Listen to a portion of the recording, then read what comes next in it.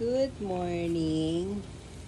May bago akong kitty dito ah. Ha? Ang linis na, bagong ligo oh. Ang linis-linis na niya no. Oh. Hindi lang ako pinatulog eh. Naninibago siguro dito sa bago niyang lugar.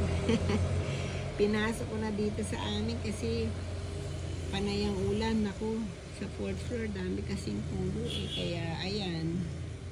Basang-basa siya, pinaliguan ko. Dito ko muna nilagay para hindi siya gumala ng gumala. Gumagala kasi siya eh. Babalik lang sa amin pagkakain eh. Ano? Sarap buhay eh, no? Love ko yan. Love yan. Bye-bye muna. Saya na siya eh, oh.